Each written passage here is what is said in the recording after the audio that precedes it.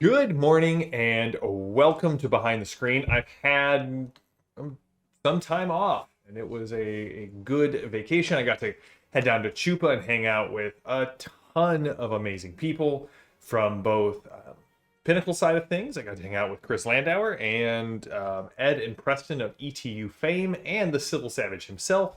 In fact, I bought myself, or Landauer bought me a dice tower for Vendom from Civil Savage's store. If you're interested, I'll post the link on the Iconic Discord channel.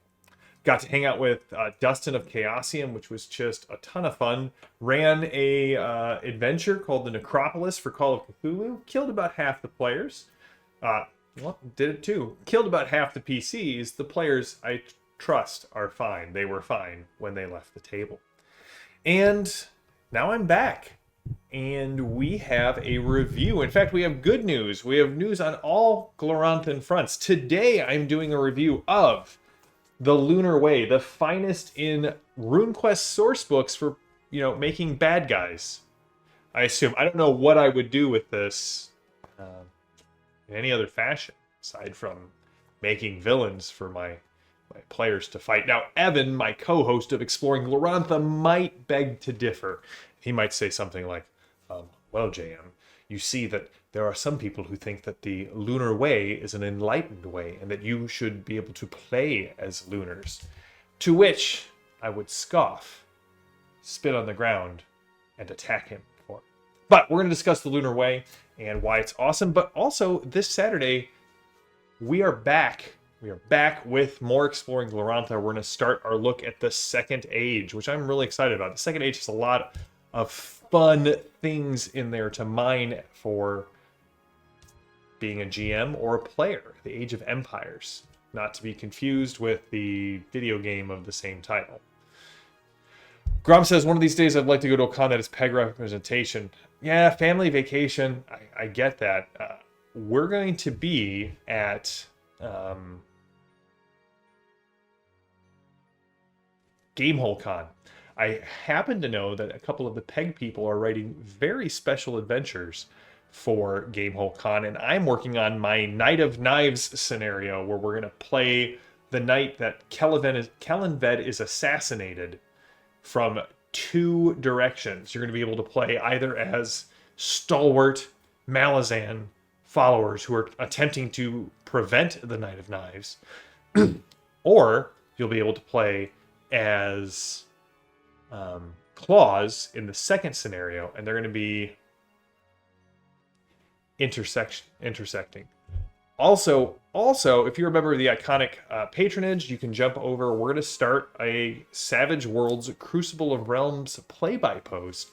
Tink is helping me get the last little bit of the document revised and edited so I don't send it out with egg on my face. We're going to start making characters on Monday is my goal. But that's enough for Iconic news. Well, not entirely. I'll do the introduction at the end.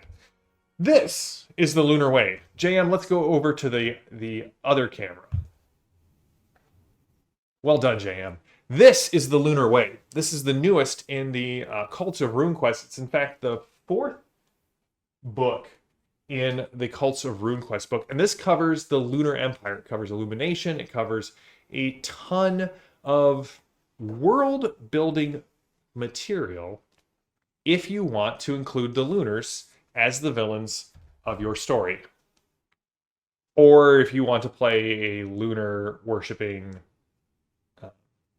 malcontent in one of Evan's games. So it covers 15 cults, and we'll go over some of them. But look at this art. This art is perfect. This art is perfect. This is the Crimson Bat with the red goddess on the back, and you can see the scale of the Crimson Bat is there is actually a lunar army on the back of the Crimson Bat. It is just beautiful. I'm going to show off only a couple of pieces of art, but the book is chock full of it. And I mean, just not really a content warning, because I have a lot of discussions about this, but it is a Gloranthan cults book.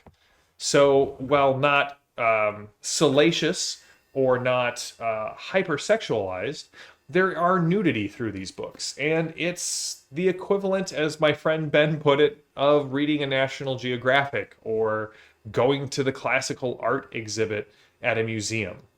It's not done to titillate, pun intended. It's done to provoke kind of this Bronze Age art feel.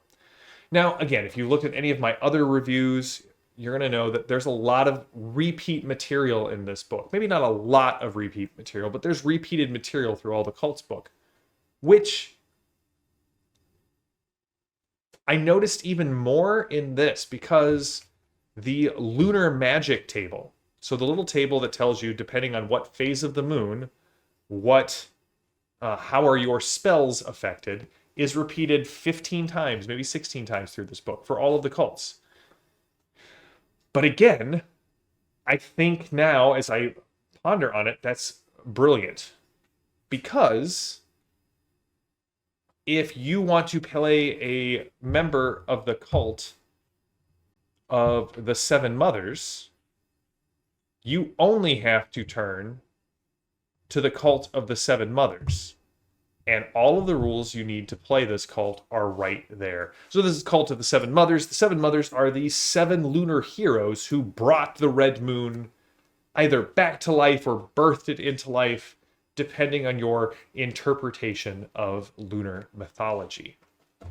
Speaking of, they've got a great, this exists in every one of the cults book. You get this great view of the genealogy of the pantheon, and I love it.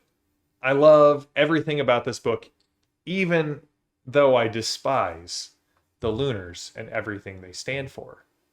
And last but not least, I gotta show a beautiful picture of the Cult of the Crimson Bat. Please do not play these. These are bad guys. They're crazy people. So, thank you all for being patient. I think the Lunar sabotaged me.